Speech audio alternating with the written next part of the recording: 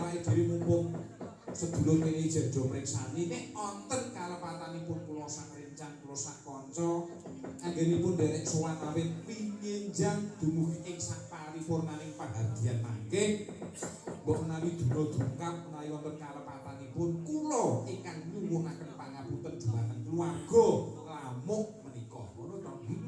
Ono besok lain waktu kita sambung lagi ya muga-muga peranan penggalih sesuk dhewe sak kanca iso sowan rene meneh ya tak nyuwun narasi pira barang Mas Bagio ya lho barang abot banget iki ya nek dhewe ayo aja kesuwen galuh suwan ana ngarsane punden-punden negara Ngamarta lagi menggalihake perkara ya kuwi bakal nganakake tetanen agung ayo sing bater aku tak nyuwun lagu siji meneh ya kuwi prayon menyura pira barang oh ya ayo oke laguku Kak Garek ayo sing bater ayo to ayo sing bater ayo to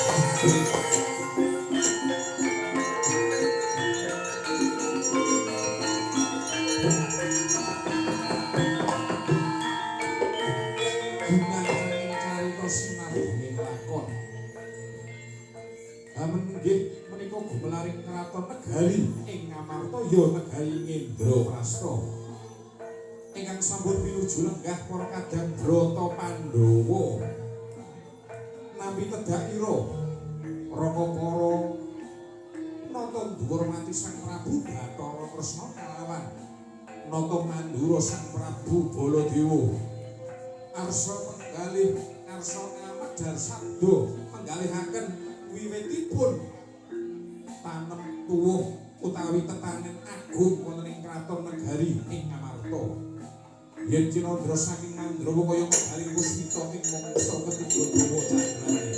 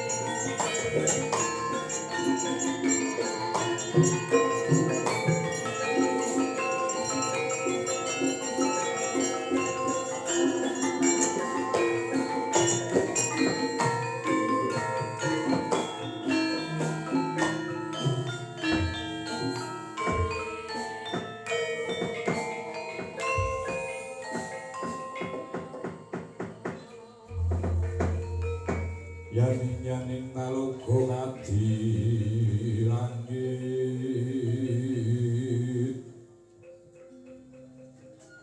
lintang tulya anjraso mawur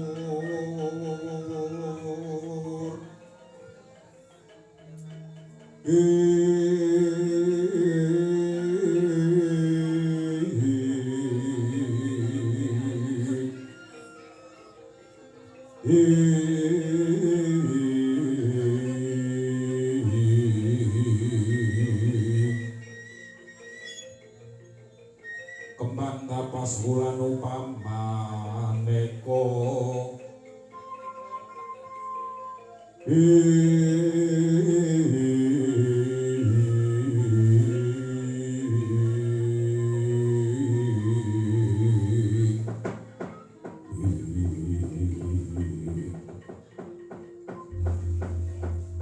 nuwun semanggi Koko Prabu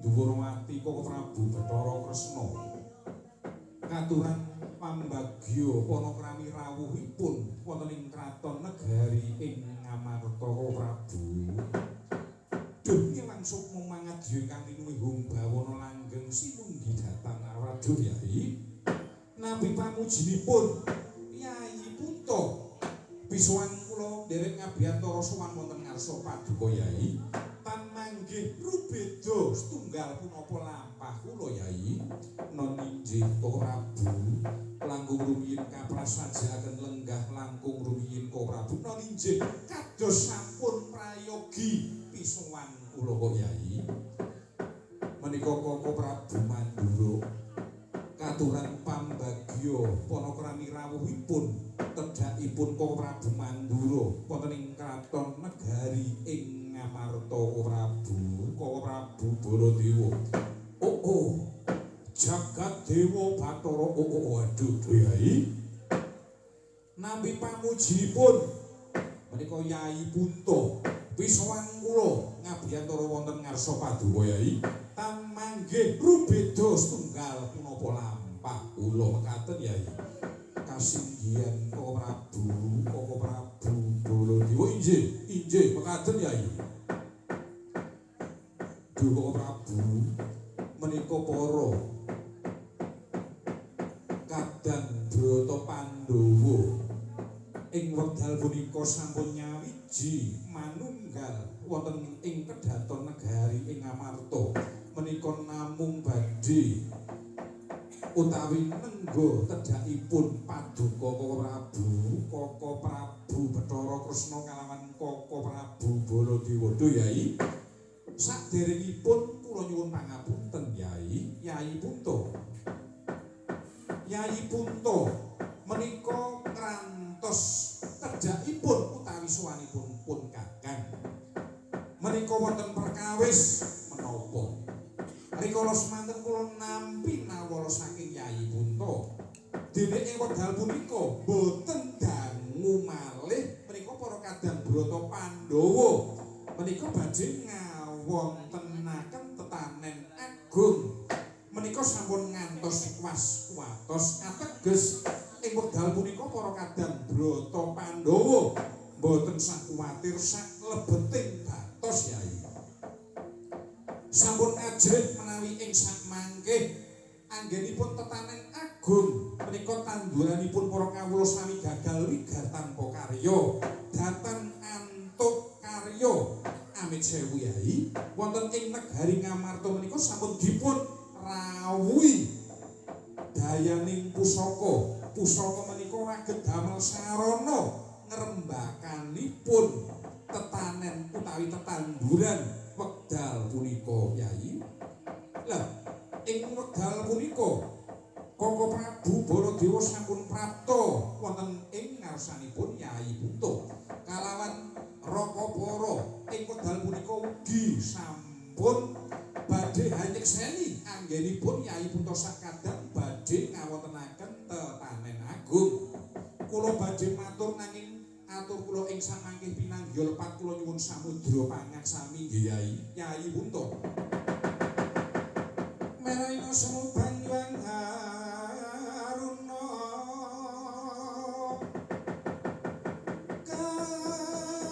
kadimetraning Anggorapuh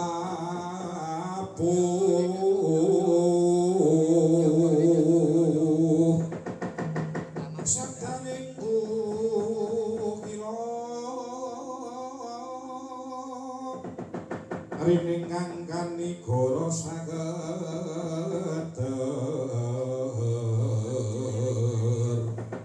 lawan dene dunganinggung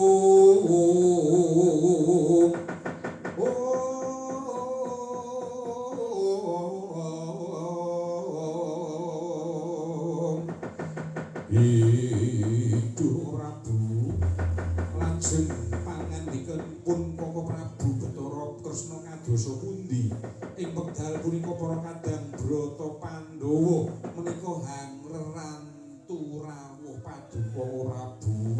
Wah, Kresna nganggo ayo enggal mendi kuwa sranane apa anggone engko bisa lestari para kadang brata Pandhawa bakal nganakake tetanen agung Kresna Kakang Kudu.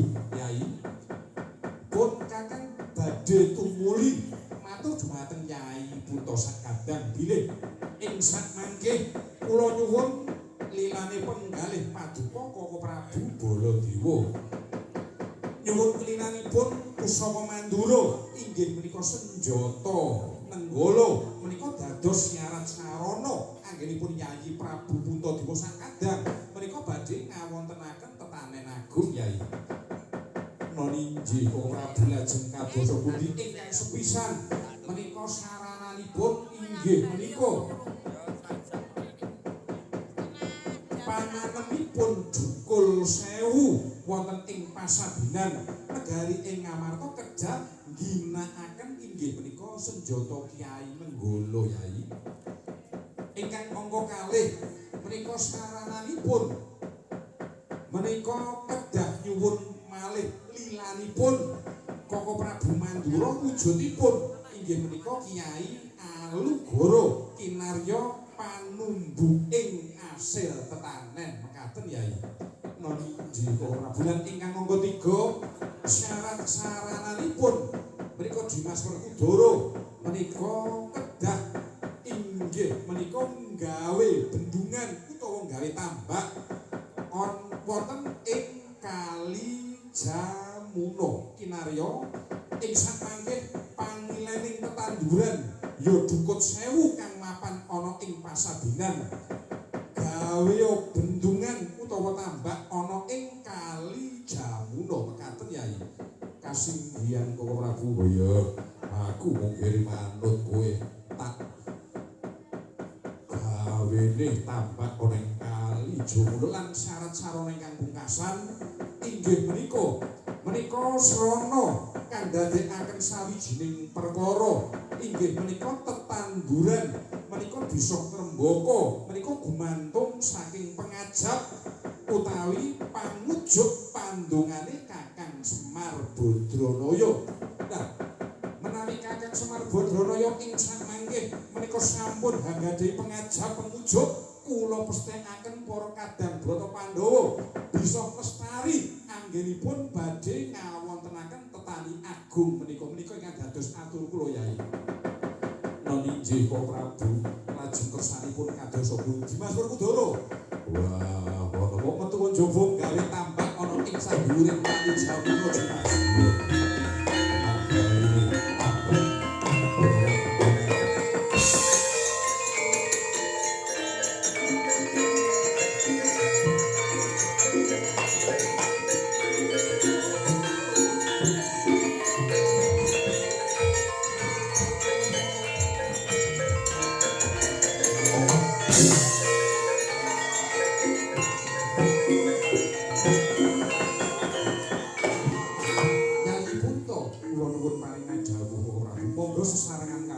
Kawula. Sesarengan kalian kula namur kaliyan para kawula negara ing amartos marang para kawula. Menika badhe kawiwitan tetanen agung, mugi-mugi Gusti paring jabang Yayi Noninjih Kok Prabu.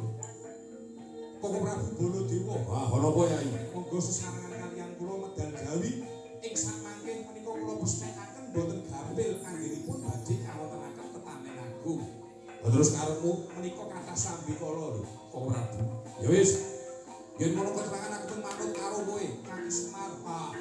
Oh, wonten napa sinuwun? Ayo metu njaba melu nyekseni Kakang Semar tak dawuhi ya kuwi dadi pengajap kirim donga muga-muga slamet sakabehane kali nggih. Monggo kula derekaken kanjeng Gusti.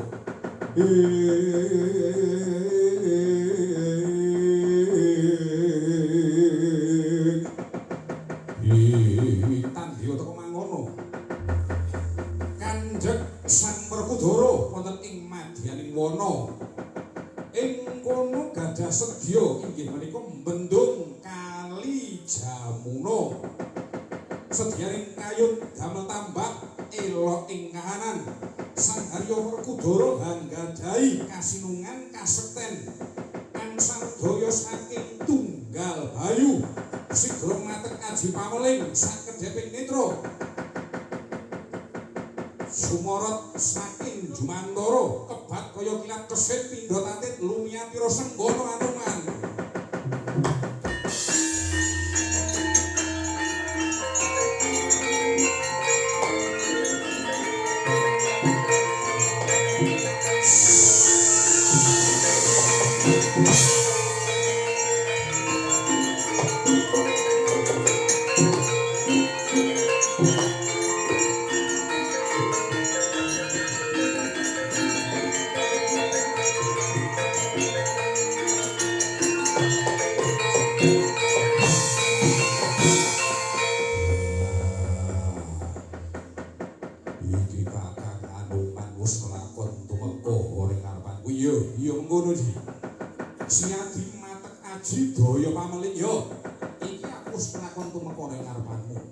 Iki siadi lah kok ngundang karo kakangmu duwe sedya apa? Wah, aku nampa dawuh saka tresnanku ing wektu dina iki aku kudu mendung kali Jamuna. Wektu dina iki aku bakal gawe tambak ana ing kali Jamuna sarana anggone para kadang Brata Pandhawa bakal ngileni tetanduran, bakal nganakake tetanen agung. Mula tak jaluk gawemu Hanuman kakangku tulung gawekno tambak ana ing sanduring kali Jamuna. Yo lenggah tak gawe iki tambak ana kali Jamuno.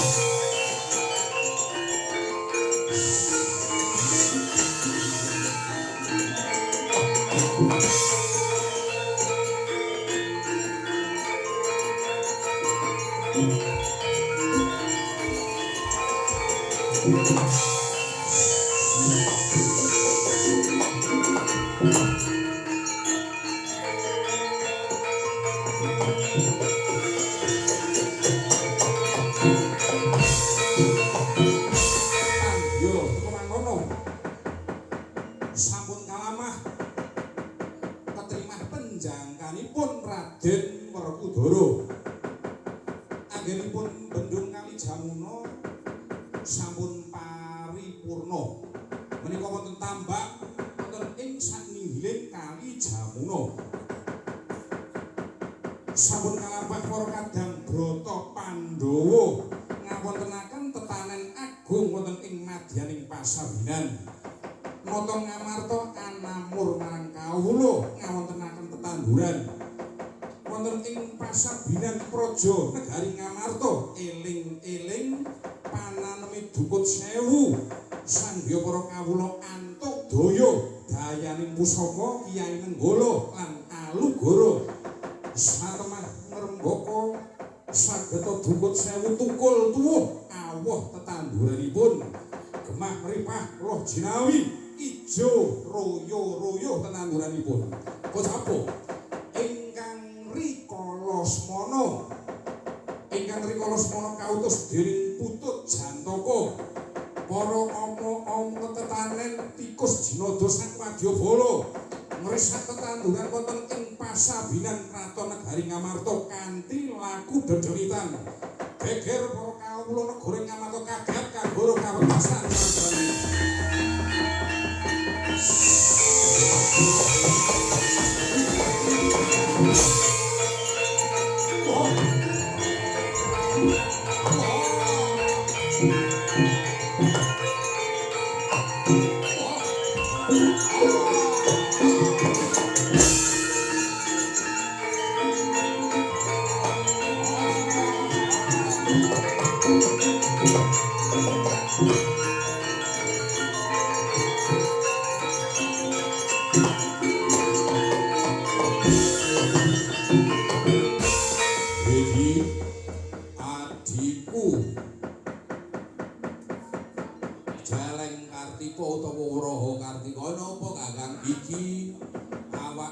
Sakwadyabala wis kelakon jumujuk wong ing kraton negara Ngamarta.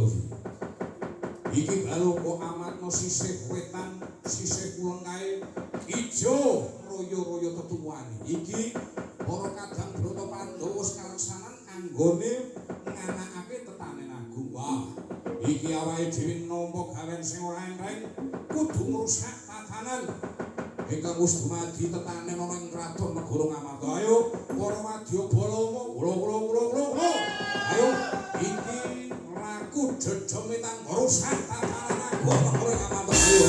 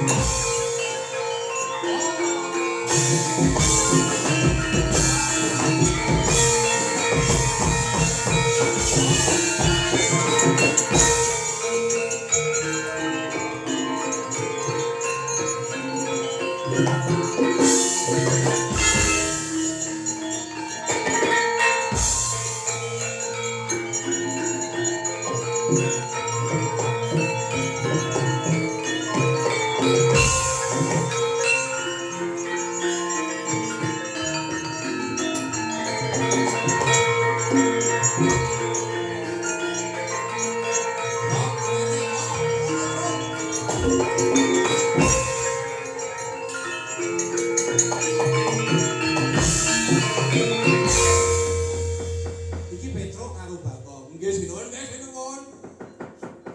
Lah kok mlayu-mlayu kaya kami gilanen. Kowe napa beto? Wah. Iki nek jenengan preso mesti geger siar-siar sinuwun geger kepiye, Petro? Wah, menika para kawula sampun kaleksanan kasembadan anggenipun menika tanem tuwuh dukut sewu menika tah ngrembaka. Anggenipun ngrembaka menika sampun awoh.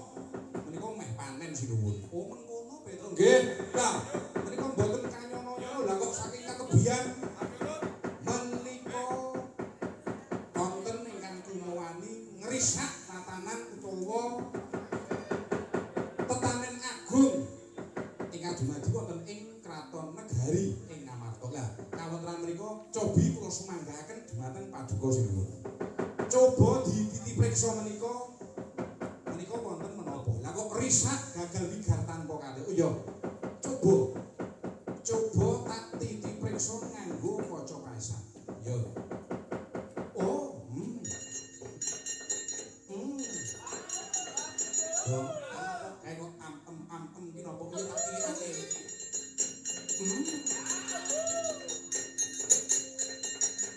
Oh, yo. Oh yes. Ambiri bakok melek banget. Petro, Don. Bapakmu kon rene. Ayo, iki nek ora bapakmu sing maju ning Surabakah ana ing tetanen kae, wah ora ono sing bisa mundur. Nggih.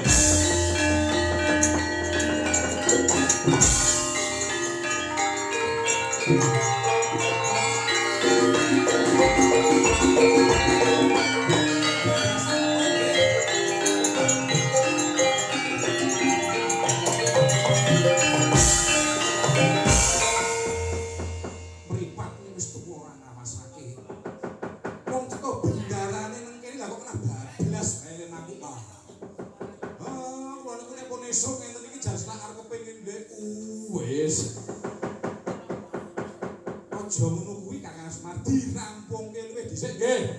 Wah. Wonten nomplong sinuwun. Ngandel ora.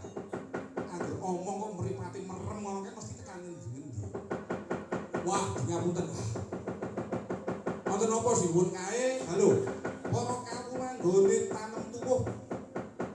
Ana sing rusak kae gagal wigar tanpa karya.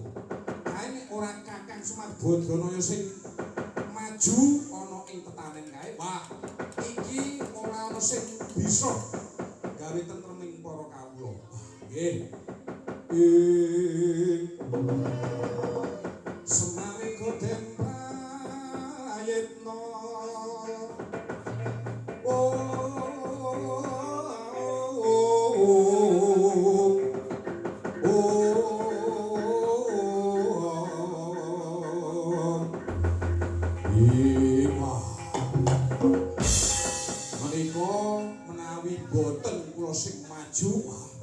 Boten wonten ingkang saged nrenggalangi. Wah, kula sing maju dhewe.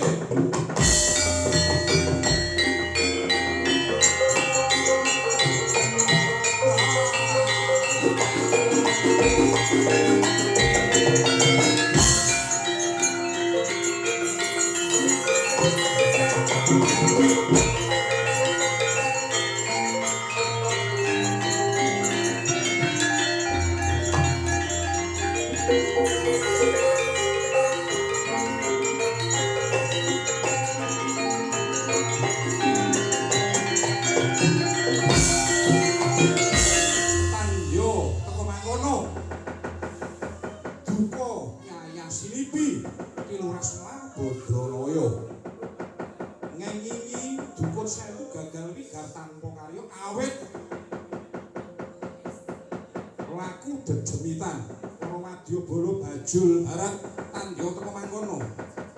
Kelurahan Semar Badranaya sigra ngasta tumbak ingkang awujud pencok sari. Den sebretaken saking ngastanira plak kaligara para ama sirna margalayu padha sangalika.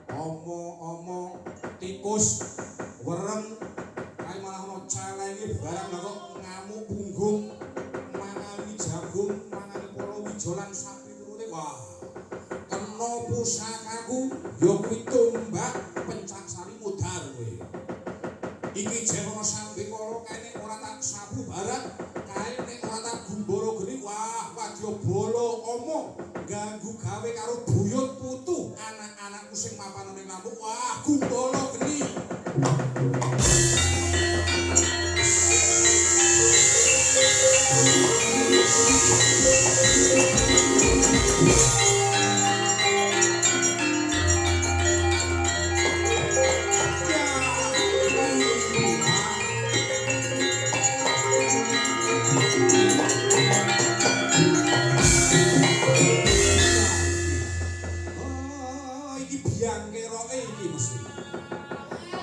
Lah iki yakene lah kok ana wong wedok ngamuk punggung.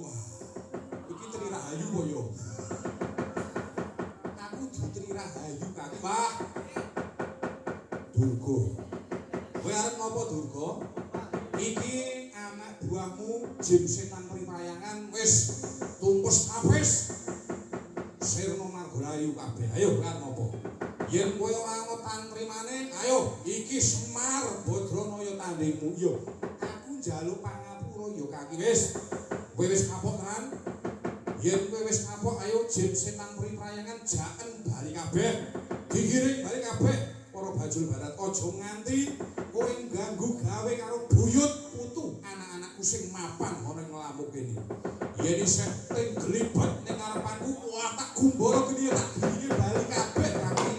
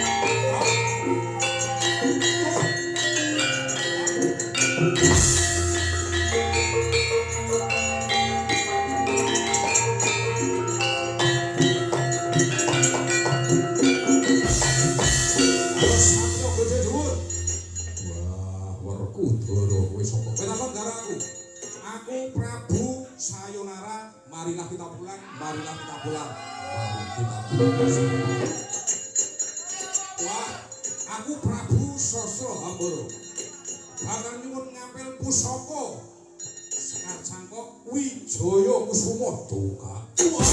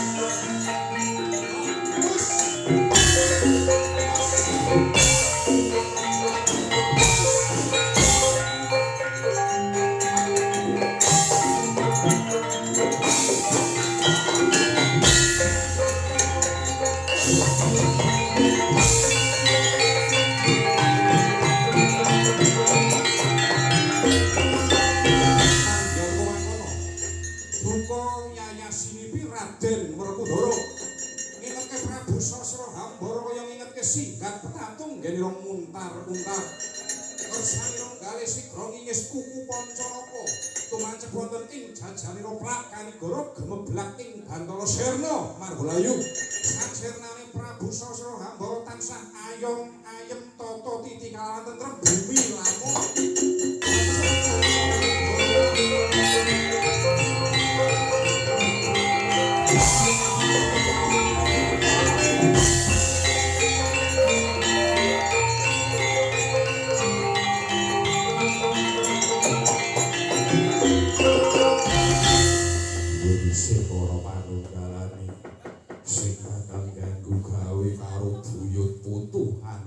aku sing mapan orang lamuk sapu berarti berdagang juwi-juwi.